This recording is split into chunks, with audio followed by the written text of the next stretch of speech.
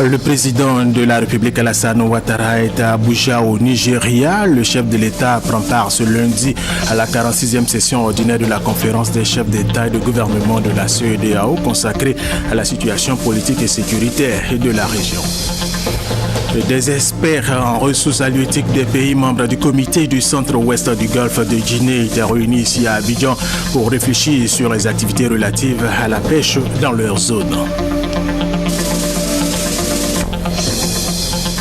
Des élèves de l'inspection de l'enseignement public d'Akoupé viennent de participer à une table ronde organisée par l'ONG Save the Children. Ces élèves ont fait des propositions contre les grossesses précoces en milieu scolaire.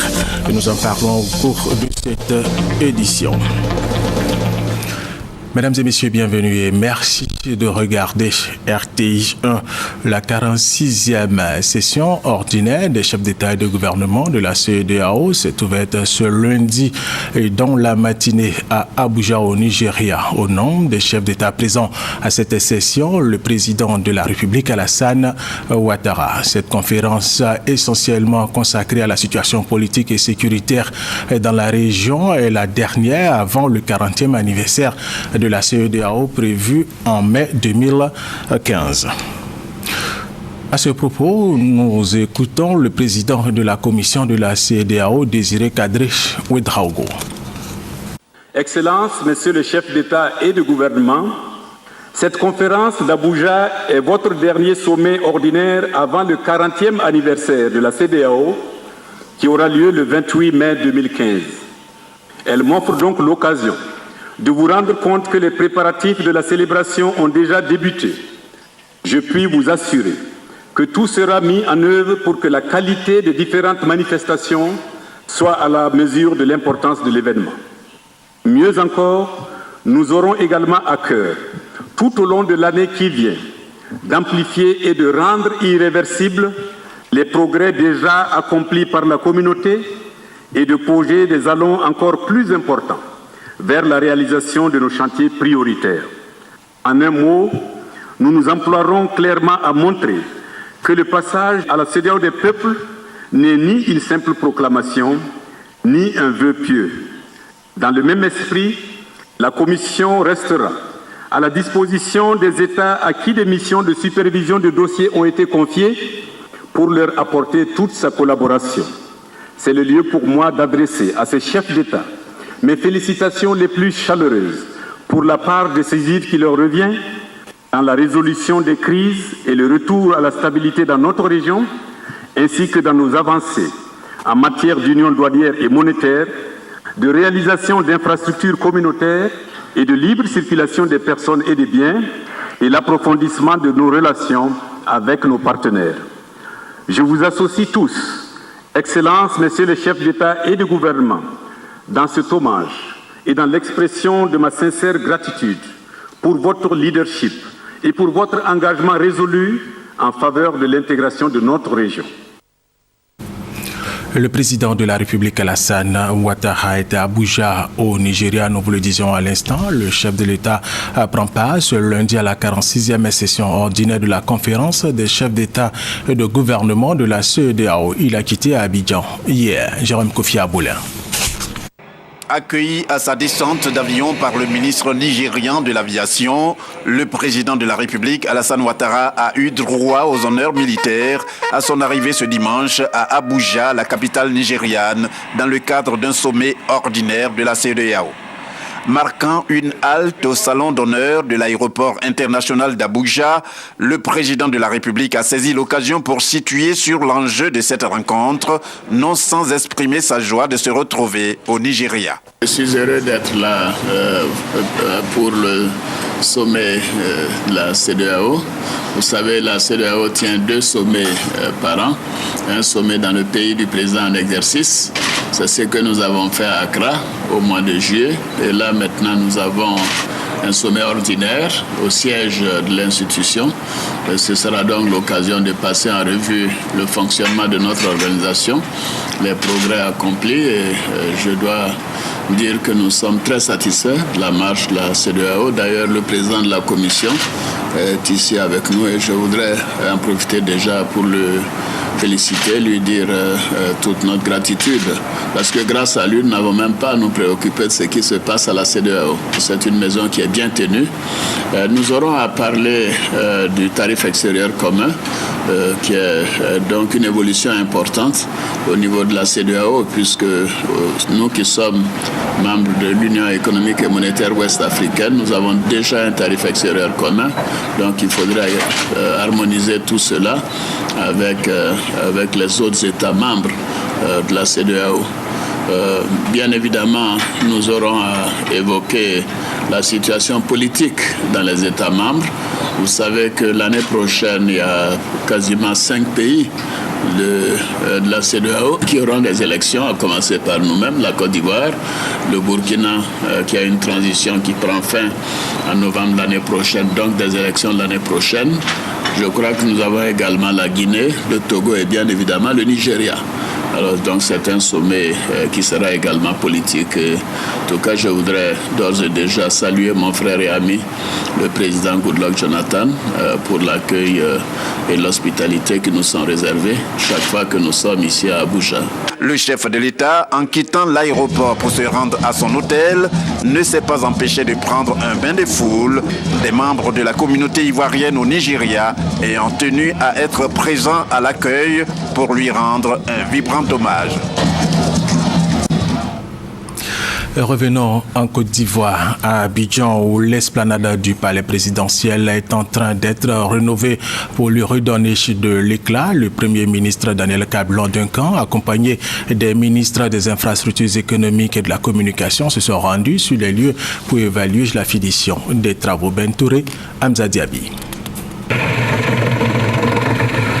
C'est un sprint réussi par l'entreprise en charge de la réhabilitation de l'esplanade du palais présidentiel. Le délai du 15 décembre sera bel et bien tenu. Le Premier ministre Daniel Kablan-Duncan, accompagné des ministres de la communication et des infrastructures économiques, en ont eu le cœur net en foulant l'esplanade revêtue et rénovée du palais. À chaque étape de sa visite, le Premier ministre s'arrête, prend le pouls, discute et pose des questions. Tous les coins et recoins de l'esplanade sont donc visités. Des ouvriers apportant les dernières touches d'éclat ont dû travailler nuit et jour pour redonner fière allure à cette esplanade qui aura souffert des marches depuis 1960. Il faut indiquer qu'à un moment donné, un certain nombre de personnes ne croyaient pas que le délai pourrait être tenu. Je pense en fait que le président de la République a fait confiance donc à l'équipe en charge de ça. Et donc la date qui a été retenue, c'était le 15 décembre. Et vous permettez donc, je félicite donc le ministre Achille Patrick qui a pu tenir les délais avec toute son équipe technique. Et féliciter aussi les entreprises. Je crois que c'est la robe de la barrière qui se termine actuellement avec ce travail des deux esplanades. Ces travaux terminés suivront bientôt ceux de la cour arrière du palais présidentiel. Le pont Henri Konan Bédié qui relie la commune de Cocody à celle de Marcory sera inauguré demain mardi en présence du président de la République Alassane Ouattara. Ce pont, le pont Henri Konan Bédié, est un véritable outil au service du développement de la Côte d'Ivoire. On en parle avec Christelle Meudin. Arrêt de travail samedi après-midi par les transporteurs et conducteurs routiers à la demande de leur alliance, le temps d'un hommage au président Alassane Ouattara pour ses actions en vue de l'épanouissement du secteur et des acteurs du transport. Annulation en 2011 de la vignette, lutte contre le racket, amélioration de la sécurité et de la fluidité routière, le tout couronné par des infrastructures routières avec en ligne de mire le pont Henri Konan Bédié. Troisième pont, c'est déjà même le pont de cette ville. Il y a 40 ans, on parle de ça. Mais je suis allé, j'ai marché là-dessus jusqu'à la fin. J'ai vu. Le moins qui nous est fait, c'est plus que d'argent. Les transporteurs sont unanimes. Ils sont les premiers bénéficiaires de ces chefs-d'œuvre du chef de l'État. Les véhicules que nous avons aujourd'hui font les exploitations sans aucun problème. Et au niveau de la sécurité routière, nous avons aujourd'hui ce qu'on appelle une sécurité totale. Au niveau aujourd'hui de ce qu'on appelle la rotation des véhicules, nous allons et nous venons sans encombre. Nos passagers sont transportés aujourd'hui presque dans la sécurité totale. Mais question, la baisse des tarifs du transport est-elle envisageable? L'idée n'est pas à écarter, toujours selon les transporteurs. Ils promettent toutefois la fin de la réforme de leur secteur et son corollaire de renouvellement du parc automobile. Dans l'immédiat, ils appellent à la mobilisation autour du chef de l'État pour l'inauguration ce mardi du pont Henri Konan Bédié avant le rassemblement de Yamoussoukro pour réaffirmer au président Alassane Ouattara et à son aîné Henri Konan Bédié leur soutien. Et là, vous l'avez compris, la politique de transport engagée par le président de la République Alassane Ouattara depuis son accession au pouvoir ne laisse pas indifférente l'Alliance nationale des transporteurs et conducteurs routiers de Côte d'Ivoire. Et avant l'inauguration du pont Henri Konan Bédié demain mardi 16 décembre, transporteurs et conducteurs ont rendu là hommage au président Alassane Ouattara. Ce pont, le pont Henri Konan Bédié, est un véritable outil au service du développement de la Côte d'Ivoire. Regardez. Plus qu'une simple route, le pont est un défi remporté par l'homme sur la nature. Une solution pour des échanges toujours plus efficaces malgré les obstacles. Après le pont flottant, ceux d'Houphouët-Boigny et de Gaulle, le pont Henri Konan Bédié est la solution de l'heure.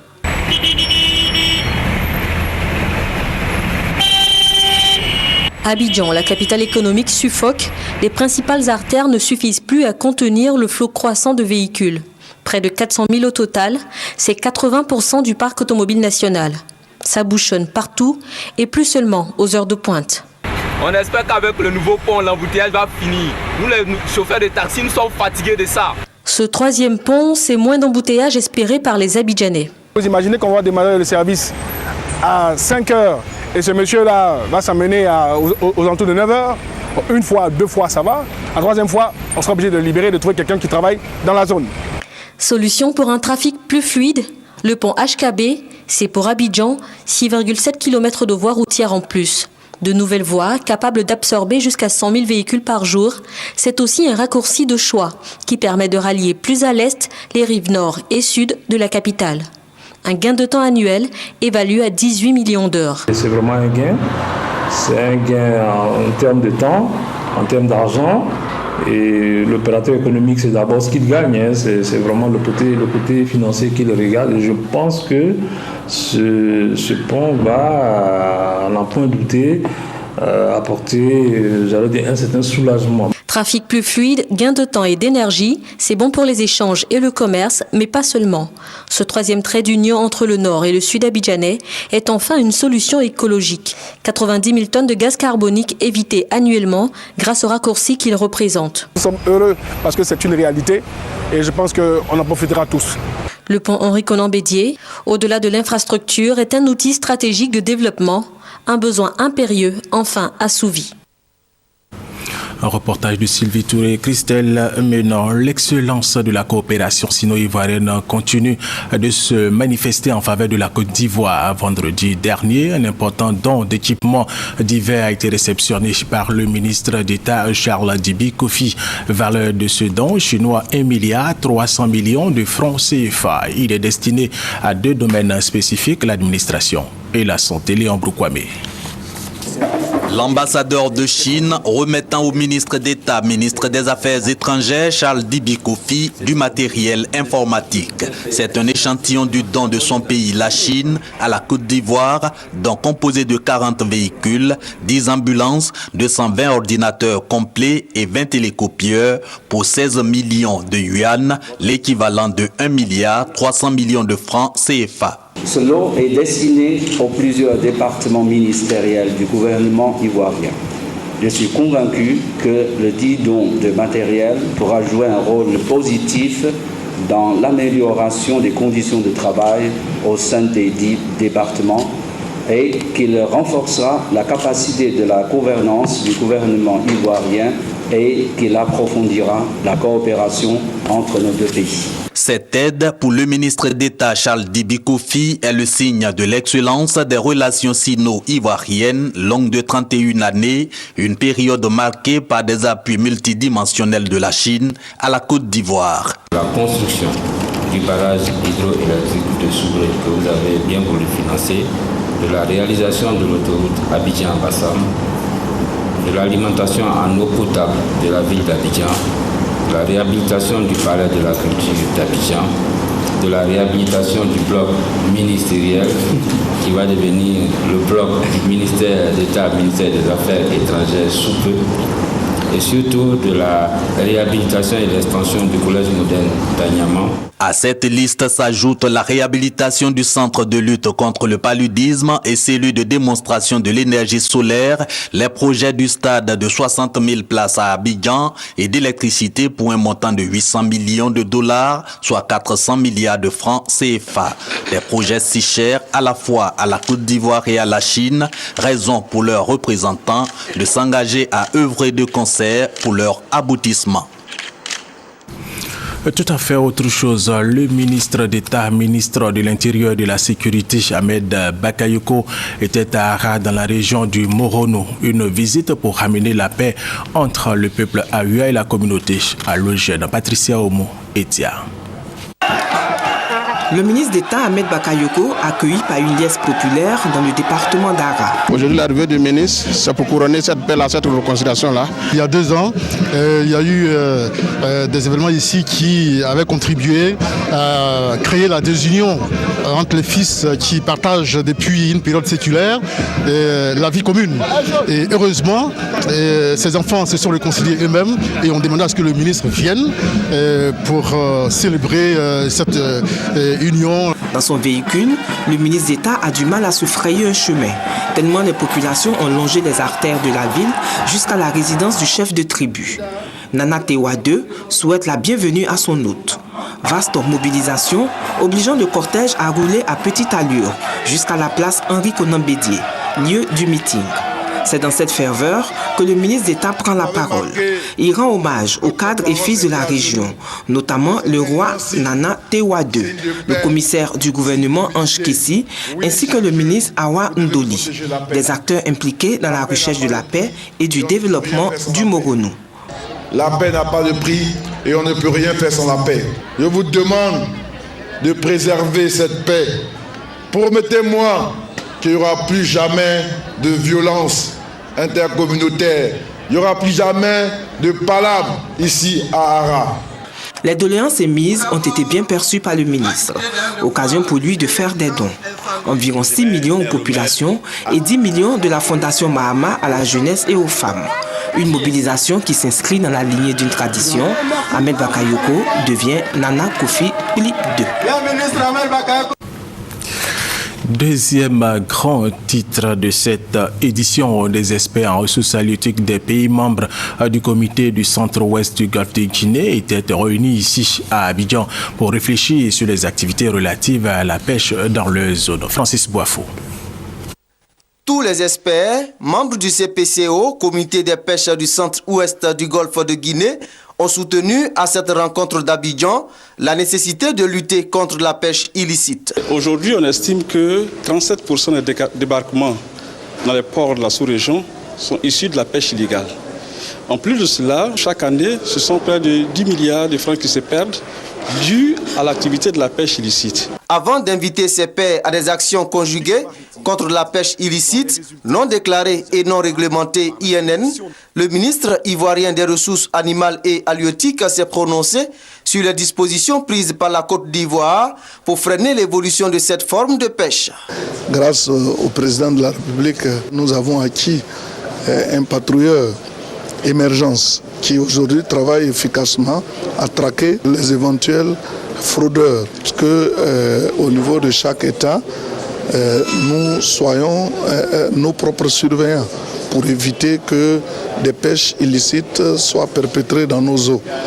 Désigné pour présider aux destinées du comité des pêches du centre-ouest du Golfe de Guinée pour un mandat d'1 an, le ministre Kobena Kwasi Adjoumani demande aux décideurs africains de faire de la lutte contre la pêche non réglementée et non déclarée une priorité pour sauvegarder les ressources halieutiques.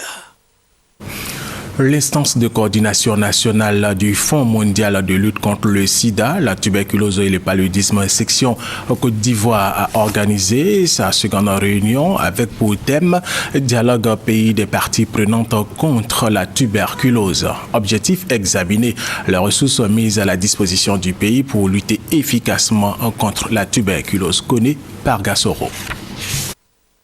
La tuberculose est l'une des maladies dues à un microbe, un des plus meurtriers au monde. Plus de 95% des décès par tuberculose se produisent dans les pays à revenus faibles selon l'Organisation mondiale de la santé OMS. En 2013, environ 9 millions de personnes ont développé la tuberculose et 1,5 million en sont mortes. La tuberculose, un véritable problème de santé publique. Le dialogue pays donc en vue de mobiliser des ressources pour accompagner le gouvernement ivoirien dans la lutte contre cette pathologie. L'initiative est de l'instance de coordination nationale CCM Côte d'Ivoire. Le dialogue pays permet de regrouper tous les acteurs qui sont dans la lutte contre la tuberculose. Le Fonds mondial a mis en place ce qu'on appelle le nouveau modèle de financement. Et dans ce nouveau modèle de financement, le dialogue avec les différents acteurs est très important. Et donc nous faisons en sorte que nous puissions remplir toutes les conditions pour que la Côte d'Ivoire puisse avoir accès à ce financement-là. La 16e Côte d'Ivoire vise après 2015 0 décès dû à la tuberculose. Pour y arriver, cette instance entend impliquer entre autres les partenaires au développement, le gouvernement, le secteur privé et la société civile. Notre participation pourrait contribuer en tout cas à améliorer les résultats, les objectifs qui se sont fixés, la structure, le CCM dans le domaine de la lutte contre la tuberculose en Côte d'Ivoire. Pays de la catégorie 1 à taux élevé de co-infection, tuberculose ou VIH, la Côte d'Ivoire s'est vue allouer en janvier 2014 plus de 13 milliards par le Fonds mondial. Objectif, combattre la tuberculose et renforcer les systèmes de santé. Un atelier s'est tenu à San Pedro sur l'égalité et l'équité dans l'accès aux soins de santé. Il a été organisé au profit de la société civile et des hubs de médias. Thérèse Tapeyoboué. La Côte d'Ivoire a souscrit depuis quelques années à l'ensemble des objectifs du millénaire pour le développement. L'un de ces objectifs, l'amélioration et l'accès équitable aux soins de santé de qualité. Une volonté politique traduite par la mise en œuvre de la couverture maladie universelle en faveur de la femme enceinte et de l'enfant âgé de moins de 5 ans. Une initiative salué par Médecins du Monde qui entend l'accompagner à travers ces ateliers de renforcement des capacités de la société civile et des acteurs de la presse. Cet atelier vise à donner un certain nombre d'outils, un certain nombre de techniques en matière de plaidoyer et de pouvoir aussi les amener à pouvoir s'organiser en réseau, en coalition et voire en alliance afin de pouvoir échanger de façon bénéfique avec les autorités sanitaires, les autorités administratives et voire les autorités coutumières. Des objectifs du millénaire qui nécessitent donc l'implication et le renforcement des compétences techniques de tous ces acteurs dans la connaissance et la mise en œuvre de ce mécanisme. Un mécanisme qui fera de la Côte d'Ivoire un exemple en Afrique en matière de couverture de santé universelle, devenue aujourd'hui une nécessité capitale. Restons dans le domaine de la santé et parlons de la lutte contre le VIH-Sida. Une campagne de sensibilisation contre cette maladie a été organisée dans la région de la Nawa. Objectif, inviter les populations à utiliser les méthodes préventives pour éviter la propagation de la pandémie. Honorine Agnigori. Cette journée a été marquée par une conférence prononcée par le docteur Wahi Akar sur les généralités de l'infection à VIH-Sida et la prévention de la transmission mère-enfant. Le préfet de la région de la Nawa, Ali Kouadio, se préoccupe quant à lui des statistiques faisant état de ce que le taux de prévalence dans la région de San Pedro et de la Nawa soit supérieur au taux national. Pour lui, ce triste record doit interpeller tout un chacun à amener les uns et les autres à s'impliquer fortement dans la campagne de lutte contre le VIH-Sida. Dans la politique d'éradication commune de l'onchocercose, la Côte d'Ivoire et le Burkina Faso ont décidé de mettre en œuvre de nouvelles stratégies que nous découvrons maintenant avec Kwasi Mamadou. L'onchocercose, appelée la cécité des rivières, est une maladie parasitaire transmise par des piqûres de mouches. Cette maladie touche de nombreuses populations de la région du Kyologo, au nord de la Côte d'Ivoire et des régions du sud du Burkina Faso. Une lutte commune s'impose donc pour freiner l'avancée de cette maladie. Pour le faire, un projet de traitement à l'ivermectine sous directive communautaire est mis en œuvre dans ces différentes régions de la Côte d'Ivoire et du Burkina Faso. La maladie de l'onchocercose est une maladie qui va au-delà des frontières. Et cette maladie est transmise par un vecteur qu'on appelle le simili qui voyage plus de 400 km au-delà de là où elle se trouve. C'est pourquoi le Burkina seul ne pouvait pas arriver à terme de cette maladie sans associer la Côte d'Ivoire. À Korogo, 5 districts frontaliers sanitaires endémiques à l'onchocercose se sont retrouvés. Il s'agit de Ferké et de Wangolo du côté Côte d'Ivoire et de Banfoura, Batié et de Mangoro du côté Burkina Faso. Cette rencontre a été une occasion pour les acteurs de cette lutte de présenter les forces et les faiblesses de ce projet en vue d'intensifier cette lutte pour l'éradication de l'onchocercose. Nous sommes satisfaits des résultats qui ont été présentés d'abord et nous sommes également satisfaits en fait qu'on ait atteint les objectifs qu'on s'était fixés. Nous sommes donné une marge de temps pour pouvoir résoudre ces problèmes et nous allons réussir cette fois-ci d'exécuter les activités telles que nous les avons programmées. Les gouvernements ivoiriens et burkinabés bénéficient du soutien de plusieurs partenaires techniques. Le préfet des régions du Poro salue l'engagement des acteurs et les invite à plus d'actions pour le bien-être des populations de ces régions. Nous vous le disions dans nos titres, des élèves de l'inspection de l'enseignement primaire public d'Akoupé viennent de participer à une table ronde organisée par l'organisation non gouvernementale Save the Children. Ces élèves ont fait des propositions contre les grossesses précoces en milieu scolaire au cours de cette table ronde. Eric Goré. C'est la mairie d'Akoupé qui a servi de cadre à cet atelier table ronde sur la prévention des grossesses précoces en milieu scolaire, cas des écoles primaires et secondaires d'Akoupé. Les élèves ont activement participé aux échanges. Un exposé liminaire sur la situation préoccupante des grossesses à l'école fait par le sociologue Kwame Clément et l'inspecteur de l'enseignement secondaire Sekongo Laurent a permis aux élèves et leurs encadreurs de diagnostiquer le mal et proposer des solutions. Les parents n'éduquent pas correctement leurs enfants. Manque d'entretien financier, la pauvreté des parents. En tout cas, moi, pas de rapport sexuel et pas de grossesse jusqu'à la fin de mes études. Les élèves et leurs encadreurs ont reçu la visite et l'appui des autorités administratives ainsi que la notabilité traditionnelle d'Akoupé. Cette campagne Zéro grossesse à l'école mobilise de plus en plus les partenaires de l'école.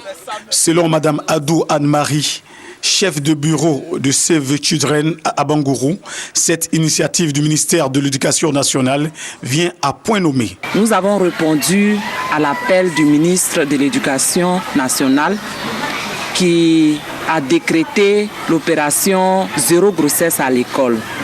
Et donc Save the Children est sensible à ce phénomène parce que nous voulons améliorer l'éducation pour les enfants. Avec la participation active des élèves, entre autres l'information de proximité, la sensibilisation, l'éducation parents-enfants, la lutte contre la pauvreté, un encadrement scolaire et parental plus rapproché et dynamique. Un mot de religion dans cette édition. Les fidèles de l'Église des Assemblées de Dieu du Temple, la référence des 220 logements d'Adjamé était en fête. Après 35 jours de jeûne et de prière, ils ont exprimé leur gratitude à Dieu au cours d'un culte d'action de grâce. Christelle Enda, Franck Dio. Procession, chant d'action de grâce. Les fidèles de l'Église des Assemblées de Dieu du Temple, la référence, expriment leur gratitude à Dieu après 35 jours de jeûne et de prière. Ce moment de prière dénommé Idekel se tient chaque année. Pour l'édition 2014, le thème choisi, du minimum au maximum. Du minimum au maximum, c'est que le Dieu que nous adorons nous veut dans le maximum.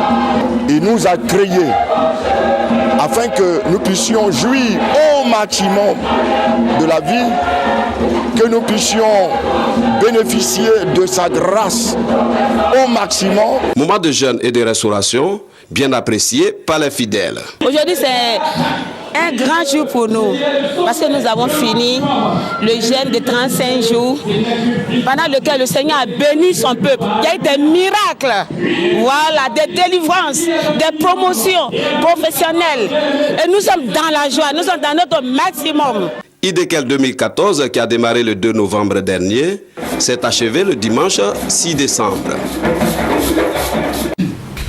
Miss Afrique du Sud, Rolène Strauss a été élue Miss Monde 2014. Elle est étudiante en médecine. Elle a 22 ans, sa taille 1m77. Elle a les yeux effilés et elle est passionnée de sport et de musique. Elle succède à la Philippine Megan Young.